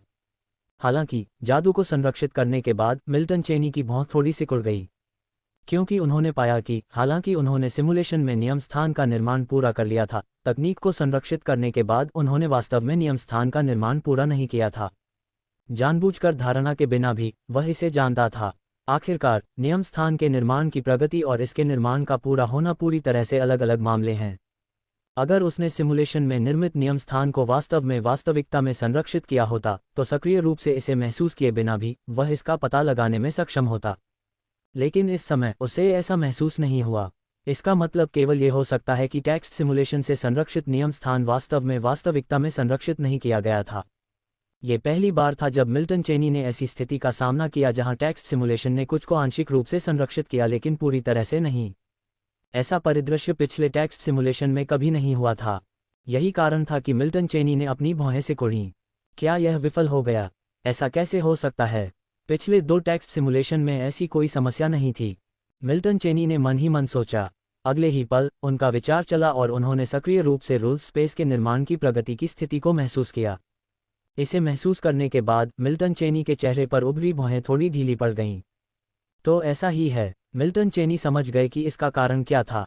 हालांकि टेक्स्ट सिमुलेशन में उनके अवतार ने रूल स्पेस के निर्माण को पूरा किया, लेकिन उन्होंने प्रिजर्विंग सोर्सेरी के बाद वास्तविकता में निर्माण को सीधे पूरा नहीं किया। रूल स्पेस के उनके निर्माण की प्रगति वास्तव में अपनी सीमा तक पहुंच गई थी। दूसरे शब्दों में, मिल्टन चेनी इस बिंदु पर यदि चाहें तो वास्तविकता में किसी भी समय इस अंतिम चरण को पूरा कर सकते थे। क्या यह इसलिए है क्योंकि शर्तें पूरी नहीं हुई हैं? मिल्टन चेनी ने अपने मन में अनुमान लगाया। आखिरकार नियम स्थान के निर्माण के अंतिम चरण को वास्तविकता में पूरा करने के लिए मिल्टन चेनी को विजात दायरे के बाहरी दायरे शून्य स्थान के लिए गाजियन सागर को छोड़ना होगा। इस प्रकार मिल्टन चेनी ने अनुमान लगाया कि ऐसा इसलिए हो सकता है क्योंकि वह अभी भी गाजियन सागर विजार्ड टॉवर में था। लेकिन क्या ये कारण था या नहीं, मिल्टन चेनी स्पष्ट नहीं थे। अध्याय 518, अध्याय 286, कासेन उपमहाद्वीप में वापसी, कृपया सदस्यता लें _1। विजार्ड टॉवर के भीतर मिल्टन चेनी की अभिव्यक्ति अपरिवर्तित रही। हालांकि उनका दिल समस्या के मूल पर विचार कर रहा था। एक पल के लिए विचार करने के बाद मिल्टन चेनी ने अंततः इसे व्यक्तिगत रूप से सत्यापित करने का फैसला किया। आखिरकार जब उन्होंने टेक्स्ट सिमुलेशन में नियम स्थान का निर्माण किया था तो कोई दुर्घटना नहीं हुई थी। चूंकि टेक्स्ट सिमुलेशन में निर्मित संपूर्ण नियम स्थान वास्तविकता में बरकरार नहीं रखा गया था, इसलिए मिल्टन चेनी के लिए वास्तविकता में इस अंतिम चरण को पूरा करना स्वाभाविक था। अन्यथा उसके पिछले सभी प्रयास व्यर्थ हो जाते। फिर मैं वास्तव में जादूगर क्षेत्र के शून्य में आगे बढ़ूंगा और नियम स्थान के निर्माण के इस अंतिम चरण को पूरा करूंगा, मिल्टन चेनी ने खुद से कहा। अपना मन बना लेने के बाद मिल्टन चेनी के पास स्वाभाविक रूप से अब और संकोच करने का कोई कारण नहीं था। अगले ही पल उसकी आकृति चली गई और गाजियन सागर में जादूगर टॉवर से गायब हो गई। जब तक मिल्टन चेनी की आकृति फिर से प्रकट हुई तब तक वह जादूगर क्षेत्र के बाहर शून्य में पहले से ही था। उसने पहले और बाद में जो समय इस्तेमाल किया वह केवल एक संक्षिप्त क्षण था। ऐसा इसलिए भी था क्योंकि मिल्टन चेनी इस समय तक लेवल 5 जादूगर बन चुके थे। न केवल वह जादूगर क्षेत्र के दायरे से परे शून्य में गाजियन सागर से तुरंत प्रकट हो सकता था। अगर वह चाहे तो वह अब दायरे मास्टर के विश्व मार्ग की आवश्यकता के बिना जादूगर क्षेत्र से सटे कई दुनियाओं की यात्रा कर सकता था। लेवल 5 के जादूगर के गहरे रहस्य सिर्फ इससे कहीं दूर हैं। शून्य के भीतर अशांति बढ़ गई। शून्य में लटके मिल्टन चेनी पर इन शून्य अशांति का कोई असर नहीं हुआ। अब जब वह लेवल 5 का जादूगर था तो भी अगर वह लेवल 4 का जादूगर होता तो भी उस पर शून्य का असर कम से कम होता। जब तक कोई स्थानिक विसंगति सामने न आए, विजात दायरे के बाहर शून्य मिल्टन चेनी के लिए समतल भूमि की तरह नेविगेट करना आसान था। नियम स्थान के निर्माण के अंतिम चरण को शुरू करने का समय आ गया है। शून्य में लटके हुए मिल्टन चेनी ने अपने आसपास के वातावरण पर कोई ध्यान नहीं दिया। एक विचार के साथ मिल्टन चेनी की नियमों की समझ उनके दिल की गहराई से उभरी। नियम स्थान का निर्माण अपने अंतिम चरण से बस थोड़ा दूर था। अब जब वह पहले से ही विजात दायरे से परे शून्य में था तो स्वाभाविक रूप से यह एक सफलता थी। टेक्स्ट सिमुलेशन में निर्माण का अंतिम चरण असाधारण रूप से सुचारू था, इसलिए वास्तविकता में किसी दुर्घटना की उम्मीद नहीं थी। जैसा कि मिल्टन चेनी ने अनुमान लगाया था, जैसे ही उन्होंने नियम स्थान का निर्माण शुरू किया सब कुछ असाधारण रूप से सुचारू रूप से आगे बढ़ा। समय धीरे धीरे बीतता गया और कई महीनों की अवधि एक पल में खत्म हो गई। शून्य के भीतर मिल्टन चेनी के शरीर में जरा भी बदलाव नहीं हुआ। उसके चारों ओर घूमने वाली नियमों की शक्ति लगातार तीव्र होती जा रही थी और यहाँ तक कि जादूगर क्षेत्र से भाग्य की शक्ति भी इस समय मिल्टन चेनी के साथ जुड़ने लगी थी। हालांकि ये भाग्य की शक्ति तीव्र नहीं थी और केवल मिल्टन चेनी ही इसे स्पष्ट रूप से महसूस कर सकते थे। भले ही अभी मिल्टन चेनी के सामने कोई दूसरा लेवल 5 जादूगर आ जाए, लेकिन वह मिल्टन चेनी पर भाग्य की शक्ति की उपस्थिति को महसूस करने में पूरी तरह से असमर्थ होगा। बूम! अचानक शून्य के भीतर से एक तेज आवाज निकली। इस तेज आवाज का स्रोत स्वाभाविक रूप से वह स्थान था जहां मिल्टन चेनी का शरीर स्थित था। जिस क्षण ध्वनि उत्सर्जित हुई, मिल्टन चेनी के सामने एक पारदर्शी लेकिन विशाल स्थान दिखाई दिया। ये स्वाभाविक रूप से अब पूरा हो चुका नियम स्थान था। नियम स्थान जादूगर क्षेत्र के बाहर शून्य में उभरा, लेकिन ये केवल एक पल के लिए दिखाई दिया। अगले ही पल नियम स्थान दृष्टि से गायब हो गया। शून्य के भीतर अशांत प्रवाह पहले की तरह जारी रहा। इस समय नियम स्थान का कोई निशान नहीं मिला। ऐसा लग रहा था जैसे कि अभी कुछ समय पहले सब कुछ केवल एक भ्रम था। हालांकि मिल्टन चेनी अच्छी तरह से जानते थे कि यह कोई भ्रम नहीं था, बल्कि नियम स्थान बस ऐसा ही था। नियम स्थान का निर्माण केवल उस समय के लिए बाहरी दुनिया के लिए खुद को प्रकट करेगा जब ये पूरा हो जाएगा, उसके बाद यह मिल्टन चेनी के अपने नियमों के भीतर छिप जाएगा। आखिरकार नियम स्थान केवल नियमों का एक उत्पाद था, और नियम मिल्टन चेनी के नियम थे। इसलिए जब तक मिल्टन चेनी सक्रिय रूप से नियम स्थान को बाहरी दुनिया के लिए प्रकट करने का विकल्प नहीं चुनते, तब तक कोई भी इसे नहीं पहचान सकता था। जब तक वे मिल्टन चेनी के अस्तित्व के साथ एकीकृत नियमों में जबरदस्ती जासूसी नहीं करते। लेकिन आमतौर पर कोई भी जादूगर ऐसा नहीं करेगा। आखिरकार ऐसा करने का मतलब मिल्टन चेनी के साथ एक अथक झगड़ा होगा। इसके अलावा मिल्टन चेनी के नियम सरल नहीं थे। फ्लेम रूल्स 5 एलिमेंट्स रूल्स के थे, और इस समय केवल मिल्टन चेनी ही इन रूल्स में विलीन हो गए थे। ऐसे रूल्स से निर्मित रूल स्पेस स्वाभाविक रूप से कोई सरल मामला नहीं था। यदि मिल्टन चेनी इस समय रूल स्पेस में ध्यान तकनीक का अभ्यास करते तो भले ही गति गार्जियन सागर के विजार्ड टॉवर में अभ्यास करने की तुलना में धीमी होती, लेकिन यह निश्चित रूप से बहुत धीमी नहीं होती। इसके अलावा रूल स्पेस में अभ्यास करने से सुरक्षा की गारंटी हो सकती थी। आखिरकार रूल स्पेस पूरी तरह से मिल्टन चेनी का क्षेत्र था। रूल स्पेस के भीतर मिल्टन चेनी द्वारा जुटाए जा सकने वाले रूल्स की शक्ति भयावह से कम नहीं थी। लेवल 5 के जादूगरों में से सबसे मजबूत भी किसी दूसरे लेवल 5 के जादूगर के रूल स्पेस में जबरदस्ती घुसने का विकल्प नहीं चुनेगा। ये कहा जा सकता है कि रूल स्पेस जीवन संरक्षण और साधना के लिए भी एक उत्कृष्ट स्थान था। रूल स्पेस के निर्माण के पूरा होने के साथ मिल्टन चेनी ने स्वाभाविक रूप से इसे स्पष्ट रूप से महसूस किया। अगले ही पल एक विचार के साथ उसका शरीर एक स्थान पर प्रकट हुआ। वह स्थान बहुत बड़ा नहीं था, लेकिन मिल्टन चेनी के लिए बिल्कुल पर्याप्त था। आग की लपटें लगभग पूरे स्थान में फैल गईं, जिससे वह लाल रंग का हो गया। उस स्थान के भीतर के वातावरण को महसूस करते हुए, भले ही मिल्टन चेनी ने टेक्स्ट सिमुलेशन में एक बार पहले ही इसका अनुभव किया था, वह कुछ हद तक भावुक हुए बिना नहीं रह सके। आभासी को वास्तविकता में बदलने की यह विधि, चाहे कोई भी समय हो, हमेशा मिल्टन चेनी को एक अलग अनुभूति देती थी। अध्याय 519, अध्याय 286, कासेन उपमहाद्वीप में वापसी, कृपया सदस्यता लें _2। बैकक्वोट। इस समय किसी को यह जानना चाहिए कि यह उसका सच्चा स्व था जो नियम स्थान में प्रकट हुआ था, और नियम पहले से ही उसके शरीर में एकीकृत हो चुके थे जब वह लेवल 4 का जादूगर था। नियम, जो स्वयं एक अमूर्त अवधारणा है, अब इस समय एक ठोस स्थान बना चुके थे। इस क्षमता को निश्चित रूप से अमूर्त को मूर्त में बदलने के रूप में वर्णित किया जा सकता है। पहले मिल्टन चेनी नियमों की शक्ति के बारे में परवाह करते थे, हालांकि विशेष रूप से नहीं। लेकिन अब वह स्पष्ट रूप से समझ गया कि जादूगर क्षेत्र के तथाकथित कानून सरल से बहुत दूर थे। यहाँ तक कि जादूगर क्षेत्र के नियम भी पूरे विश्व सागर के नियमों से कुछ हद तक संबंधित हो सकते हैं। आखिरकार जादूगर क्षेत्र भी विश्व सागर के भीतर की दुनियाओं में से एक है। रूल स्पेस के वातावरण को समझते हुए मिल्टन चेनी के विचार ऐसे बह रहे थे मानो वे कुछ सोच रहे हों। हालांकि रूल स्पेस का निर्माण हो चुका है, लेकिन यह अभी भी अपनी सीमा तक विस्तारित होने से बहुत दूर है। वास्तव में तकनीक को बनाए रखने के बाद मैं अभी भी रूल स्पेस के निर्माण को पूरी तरह से संरक्षित नहीं कर पाया हूं, बल्कि इसके पूरा होने से ठीक पहले के क्षण पर अटक गया हूं। मिल्टन चेनी ने मन ही मन सोचा। अब तक सत्यापन के बाद उन्हें कुछ बातें समझ में आ गई थीं। यानी टेक्स्ट सिमुलेशन के भीतर रिटेन तकनीक हमेशा 100% सटीकता के साथ संरक्षित नहीं होती है। इस बार की तरह शायद इस बार रूल स्पेस वास्तव में कुछ आवश्यक शर्तों के अभाव के कारण पूरी तरह से निर्मित नहीं हो पाया, इसलिए रिटेन तकनीक केवल रूल स्पेस के पूरा होने से पहले के क्षण तक ही संरक्षित रही।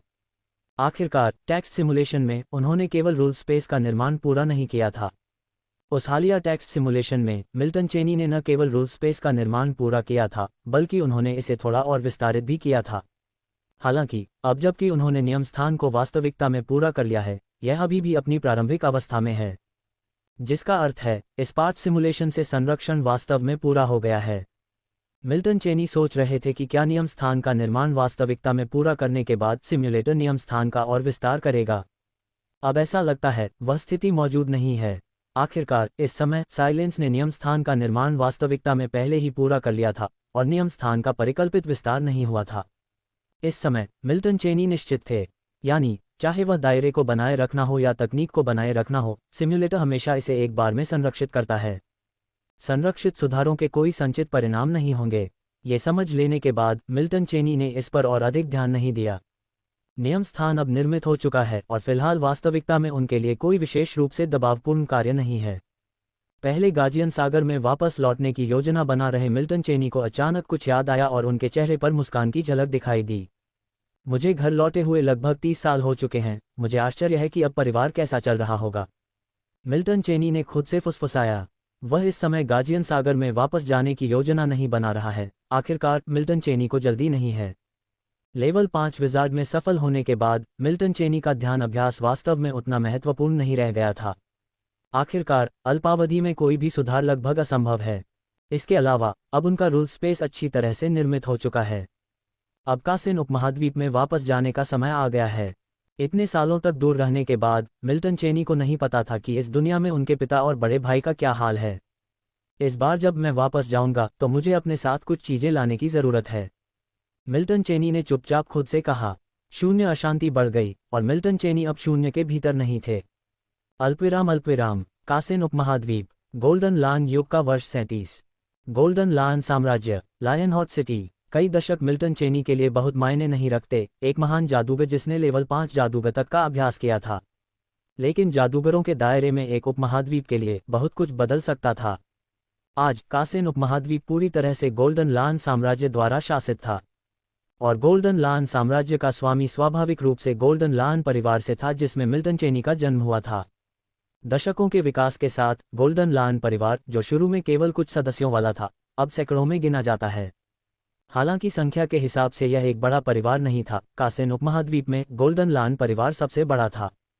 गोल्डन लान साम्राज्य के मुख्य शहरों में से एक लायनहॉट सिटी गोल्डन लान इंपीरियल पैलेस का स्थान भी था।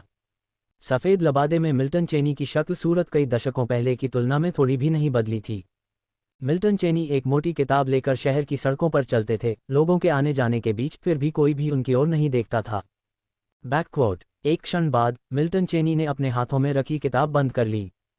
अगले ही क्षण किताब हवा में गायब हो गई और मिल्टन चेनी के चेहरे पर मुस्कान आ गई। उस समय मिल्टन चेनी के लिए कासिन महाद्वीप के बारे में कुछ भी समझना बस एक विचार की दूरी पर था। किताबें पढ़ने की कोई ज़रूरत नहीं थी। हालांकि मिल्टन चेनी मूड में थे, क्योंकि लेवल 3 विजार्ड बनने के बाद उन्हें किताब पकड़े और उसे अच्छी तरह से पढ़े हुए काफ़ी समय हो गया था।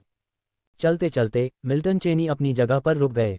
उन्होंने अपने सामने राजसी इमारत की ओर देखा। उनकी आंखों में भावना का एक स्पर्श दिखाई दिया, लेकिन यह एक पल में गायब हो गया।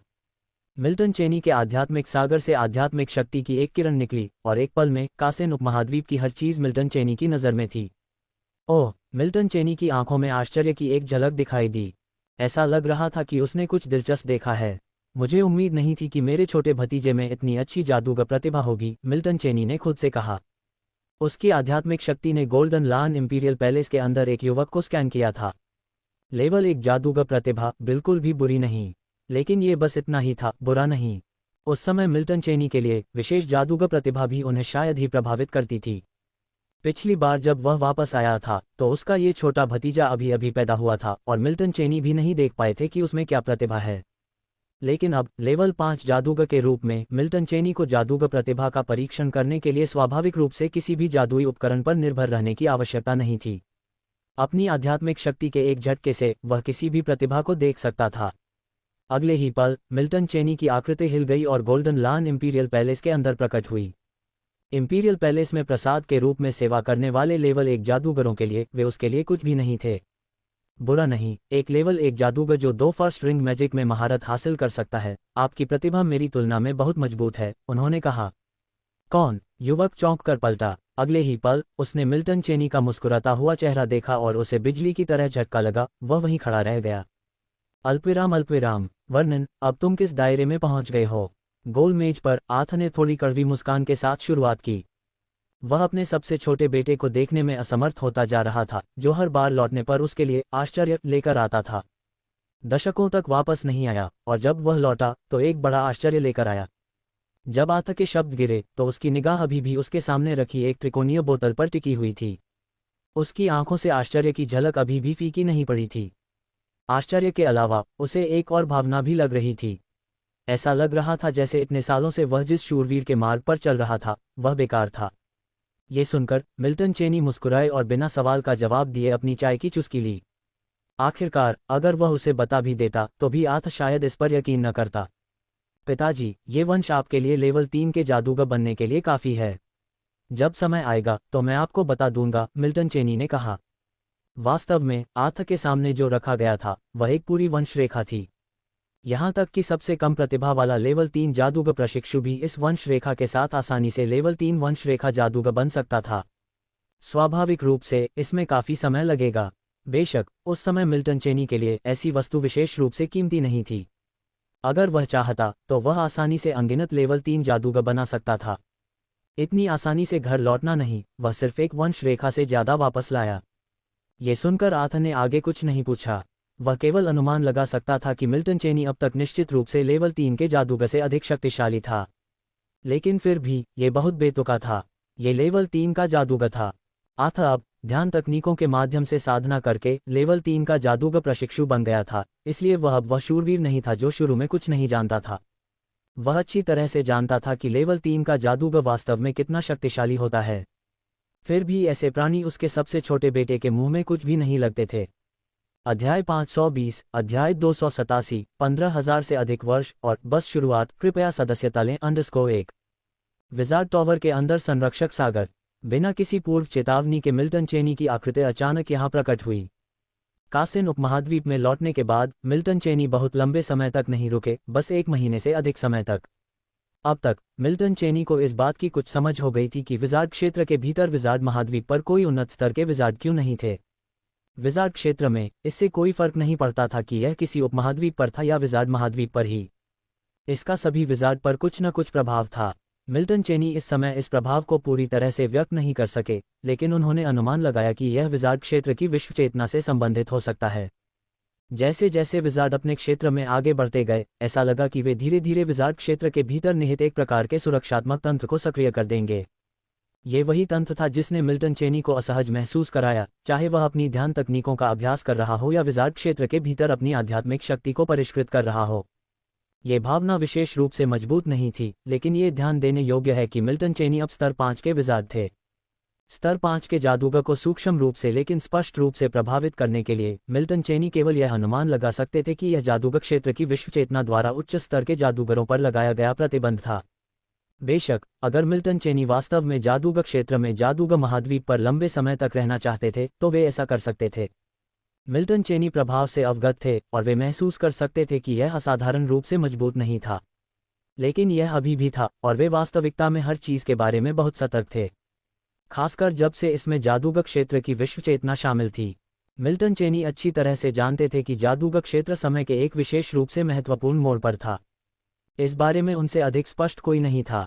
इस मोड़ पर मिल्टन चेनी वास्तविकता में अपने साथ कोई अप्रत्याशित परिवर्तन नहीं होने देंगे। इसलिए मिल्टन चेनी कासिन उपमहाद्वीप पर कुछ ही महीनों के बाद गाजियन सागर में लौट आए। आखिरकार अगर उन्हें इस प्रभाव का एहसास नहीं होता तो वे जुआ खेल सकते थे, लेकिन चूंकि उन्होंने महसूस किया था इसलिए जोखिम लेने की कोई जरूरत नहीं थी। विजार्ड टॉवर के अंदर मिल्टन चेनी की अभिव्यक्ति नहीं बदली। उन्होंने सरणी केंद्र में अपना बैठा हुआ ध्यान फिर से शुरू किया। सच तो ये था कि वे अपने स्वयं के नियम स्थान के भीतर अपनी ध्यान तकनीकों का अभ्यास कर सकते थे, लेकिन मिल्टन चेनी ने ऐसा नहीं करने का फैसला किया। चूंकि अब वास्तविकता में उनके कोई दुश्मन नहीं थे, इसलिए नियम स्थान में छिपने की कोई जरूरत नहीं थी। जहां तक नियम स्थान के भीतर ध्यान तकनीकों की खेती करने की बात है, तो यह उनके टेक्स्ट सिमुलेशन के लिए विचार करने वाली बात थी। वास्तव में उन्हें इन चीज़ों के बारे में सोचने की जरूरत नहीं थी। आखिरकार चाहे वह कहीं भी साधना करे, मिल्टन चेनी की आध्यात्मिक शक्ति का संवर्धन काफ़ी सीमित होगा। महत्वपूर्ण सुधार प्राप्त करने के लिए मिल्टन चेनी केवल टेक्स्ट सिमुलेशन पर भरोसा कर सकते थे, या बल्कि टेक्स्ट सिमुलेशन के भीतर लंबे समय तक रह सकते थे। इसके अलावा मिल्टन चेनी किसी अन्य तरीके के बारे में नहीं सोच सकते थे। यही कारण है कि पिछले टेक्स्ट सिमुलेशन में मिल्टन चेनी ध्यान तकनीकों का अभ्यास करने की जल्दी में नहीं थे, बल्कि पहले नियम स्थान के निर्माण को प्राथमिकता दी। अगले कुछ टेक्स्ट सिमुलेशन के लिए मिल्टन चेनी के पास पहले से ही एक योजना थी। नई दुनिया की तलाश और नियम स्थान का विकास एक साथ आगे बढ़ सकता था। भले ही दोनों वृद्धि को बनाए नहीं रखा जा सकता था, फिर भी परीक्षण और त्रुटि को प्राथमिकता देना संभव था, फिर रखने के लिए सबसे अच्छा चयन करना। मिल्टन चेनी ने एक पल के लिए सोचा और फिर अपने दिल में विचारों के अव्यवस्था को दूर कर दिया। कोई जल्दी नहीं थी। वास्तविकता में भी मिल्टन चेनी के पास प्रतीक्षा करने के लिए समय की कमी नहीं थी। इसके अलावा इतने सारे सिमुलेशन के बाद जो चीज़ उसके पास सबसे कम थी वह थी धैर्य। अगले ही पल मिल्टन चेनी की आंखें बंद हो गईं और आध्यात्मिक शक्ति के धागे उसके चारों ओर घूमने लगे। जब वह लेवल 4 का जादूगर था और ध्यान तकनीकों का अभ्यास कर रहा था, उसकी तुलना में अब जब वह लेवल 5 का जादूगर बन गया था तो उसमें कोई हलचल नहीं थी। वास्तव में अगर उसके सामने कोई निम्न श्रेणी का जादूगर खड़ा होता तो शायद वह ये भी नहीं बता पाता कि मिल्टन चेनी ध्यान तकनीकों का अभ्यास कर रहा था। जब मिल्टन चेनी अपने ध्यान में लीन था तो समय भी चुपचाप बीत गया। पलक झपकते ही 1 साल बीत गया। विजार्ड टॉवर की सबसे ऊपरी परत पर सरनी केंद्र में मिल्टन चेनी, जो जमीन पर क्रॉस लेग बैठे थे, ने धीरे से अपनी आंखें खोली। उनकी नज़र अभी भी स्पष्ट और गहरी थी, पहले जैसी नहीं। उनके चारों ओर जो आध्यात्मिक शक्ति घूम रही थी वह भी इस पल में समाप्त हो गई। 1 और साल बीत गया, मिल्टन चेनी ने खुद से कहा। अगले ही पल परिचित हल्का नीला पारदर्शी प्रकाश पर्दा उसके सामने तैर गया। टेक्स्ट सिमुलेशन गिनती 1। पुनर्जन्म सिमुलेशन गिनती 1। क्या आप टेक्स्ट सिमुलेशन शुरू करना चाहते हैं? दिखाई देने वाले काले अक्षरों को देखते हुए मिल्टन चेनी की भावनाएं अपरिवर्तित रहीं। पुनर्जन्म सिमुलेशन विकल्प पर जाने से पहले उनकी नज़र कुछ पल के लिए टेक्स्ट सिमुलेशन विकल्प पर टिकी रही, लेकिन अगले ही पल मिल्टन चेनी की नज़र फिर से टेक्स्ट सिमुलेशन पर आ गई। कोई जल्दी नहीं थी, चाहे वह टेक्स्ट सिमुलेशन हो या पुनर्जन्म सिमुलेशन। मिल्टन चेनी इस समय विशेष रूप से चिंतित नहीं थे। एक मानसिक यात्रा के बाद ऐसा लग रहा था कि मिल्टन चेनी किसी तरह के निर्णय पर पहुंच गए हैं। अगले ही पल बिना किसी हिचकिचाहट के मिल्टन चेनी ने अपना मन बना लिया। टेक्स्ट सिमुलेशन शुरू करें, उन्होंने घोषणा की। हल्के नीले रंग के पारदर्शी प्रकाश पर्दे पर काले रंग के पात्रों की एक श्रृंखला उभरने लगी। उन्होंने तुरंत पुनर्जन्म सिमुलेशन आरंभ करने का विकल्प नहीं चुना, इसके बजाय मिल्टन चेनी ने फिर भी टेक्स्ट सिमुलेशन का विकल्प चुना। समय धीरे धीरे बीतता गया। थोड़ी देर बाद 12,242 वर्ष की आयु में नियम स्थान के भीतर ध्यान तकनीकों का अभ्यास करते हुए ये दुनिया अभी भी जादूगर क्षेत्र नियमों का समर्थन करने में असमर्थ है। साधना की प्रगति धीमी है। आप नई दुनिया की तलाश जारी रखने का निर्णय लेते हैं। 12,353 वर्ष की आयु में आप एक नई दुनिया, दूरस्थ पर्वत क्षेत्र की खोज करते हैं और दूरस्थ पर्वत क्षेत्र के बाहर नियम स्थान को पुनः आरंभ करने का प्रयास करते हैं। 13,458 वर्ष की आयु में साधना में प्रगति धीमी है। दूरस्थ पर्वत क्षेत्र को एक नई दुनिया की तलाश में छोड़ दिया जाता है जो जादूगर क्षेत्र नियमों को समायोजित कर सके।